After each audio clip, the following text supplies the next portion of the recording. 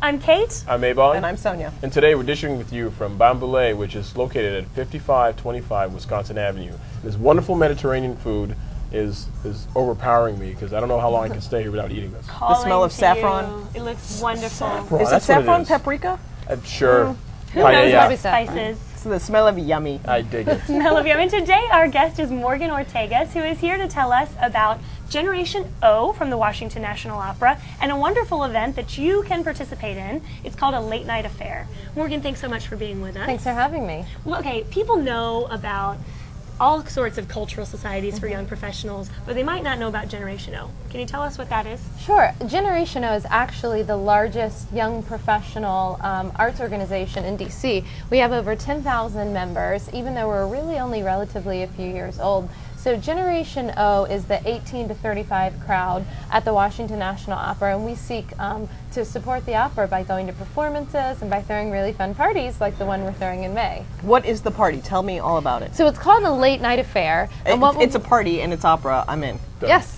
So what will happen is for $100, you get priority seating at the opera, and this is like about 6 rows back from the orchestra, which during any normal night could go for $250. So you get prime orchestra seating, you watch The Marriage of Figaro, in which the opera's young artists will be performing. Oh. So what's really cool about this benefit is that the money from a late night affair goes to the Young Artist Program, which is people our age in the 18 to 35 crowd who are becoming professional opera singers. And then at Circle Bistro afterwards, we'll have a party, and we have DJ Sharky spinning, and apparently he is world famous and has even worked with Black Eyed Peas and some really famous bands. So it'll be a really interesting contrast because you'll go from an opera setting and watching a really wonderful opera to going to Circle Bistro and hearing a really great DJ spin. Like hip opera. Hip opera. I think you just like coined a new phrase. It just came out, yeah. That's right because out of you're my part of Generation O. Generation O. I am. We didn't come up with our own I'm on the generation. cusp. I'm 35. I'm on the cusp of Generation Yeah, O. so what happens? Still let you in. Yeah, what happens Yeah. if you're not 35? Yeah, what Let's say your happens- birthday was yesterday and you missed out. What? Can You still have to become- buy a full price ticket to the opera. Really? You do. So you card people at the door? That's bollocks. Well, maybe not carding them. So the honor system. The honor system. Well, it is the opera. We're throwing the hardball questions. What happens when you're 36 and a half? Because there's so few people going to the symphony, going to the opera, are you finding that you're really only attracting the people who would have come to the program anyway and they're just getting a better deal on tickets, or are you attracting a new crowd to the Kennedy Center? I think it's the past year to 2 years since the recession has been a difficult time for arts organizations, around the world, and especially in the United States. However, I think the interesting thing about Generation O is we're sort of billing this night as it's a great date night. If you've never been to the opera and you really want to impress a girl, you can take her to this opera, which is not, I'll just be honest, some of them can be a little boring. This one's great. It's really lively, it's really fun, it's one of the most famous operas. So you can take your date to the opera, and then you can take her to the late night affair, and we have plenty of wine and beer and tequila, specialty drinks, and so I think it'll be a great time. Well, you have us at party. I think any of the people in the young generation, you have it at party, maybe at tequila. But you did touch on this opera. The Marriage of Figaro is one that a lot of people recognize by name,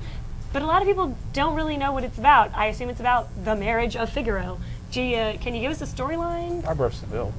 Sorry. Right. Well, no, that's a good point. It is the continuation of Barbara of Seville. So, it's a lot. It's probably the best thing you could do is if you go to the opera's website, dcopera.org, you could go there and you can read the synopsis of all of our operas. So, again, if you're going on that date night, you can read a few paragraphs, and then when you pick her up, you can tell her all about the opera. Let me tell you what this opera's about. Do you have a background in opera that brought you to this, or what was your... Yeah. I studied it in college, and I grew up singing, and I took a different career turn and entered the bureaucracy, like everyone else in Washington.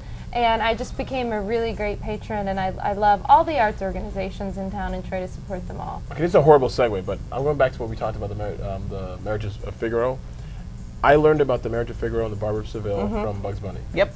I think a lot of people did. And a lot of people maybe went to their first opera, as I've said on this show before, after they saw A Pretty Woman. So it really is pop culture that makes people think about the arts sometimes. So this mixing of a party and the arts is a really good idea, I think. And I think once you get to the Marriage of Figaro and see the performance, you'll be surprised at how much of the music that you actually know. And so that's the good thing. And then of course I promise, you'll have a fabulous time afterwards. You promise?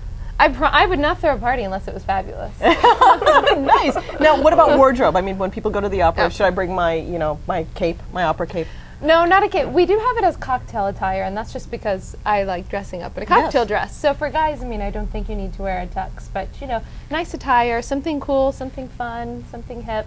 But yeah, your DC finest cocktail. Don't come in jeans. Cocktail means cocktail. No jeans. Cocktail But means it's date cocktail. night, remember? So you can't show up in jeans. I would suggest a tux. Because it just looks classy. It's classy. And It does it look goes classy. with opera. And a classical tux. And you'll be ready to get married. Yeah, no crazy ties. No some black crazy ties, some, really. white cufflinks. I think that you and Morgan should be at the door, and she can be carding people, and you could be like, you in your not classic outfit. We'll see you downstairs at the Millennium Stage.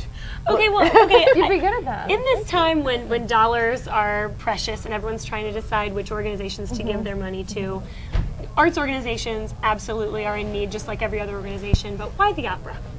That's a good question. I think what's particularly interesting about this benefit is that the proceeds are going to the young artists. So it's not like you're just giving to the opera writ large. You're giving to people who are in the 18 to 35-year-old range, who have already been, semi-professional opera singers and sang around the world. But they are here at the opera in the Domingo K. Fritz Young Artist Program to get to the next level. So it's really peers supporting peers, which I think is really fascinating part of this benefit. And we could be seeing the future Domingos. The future. Right, and I should clarify, these young artists will be performing that night. So the people that your money is going to donate, is going to their program, they will be performing that night, and they're really, really amazing performers. And then they'll be partying afterwards? Absolutely, cast party. So now cool. that's something. Meeting the tenor, hello. I'm showing you this evening. Just saying. I'm just saying.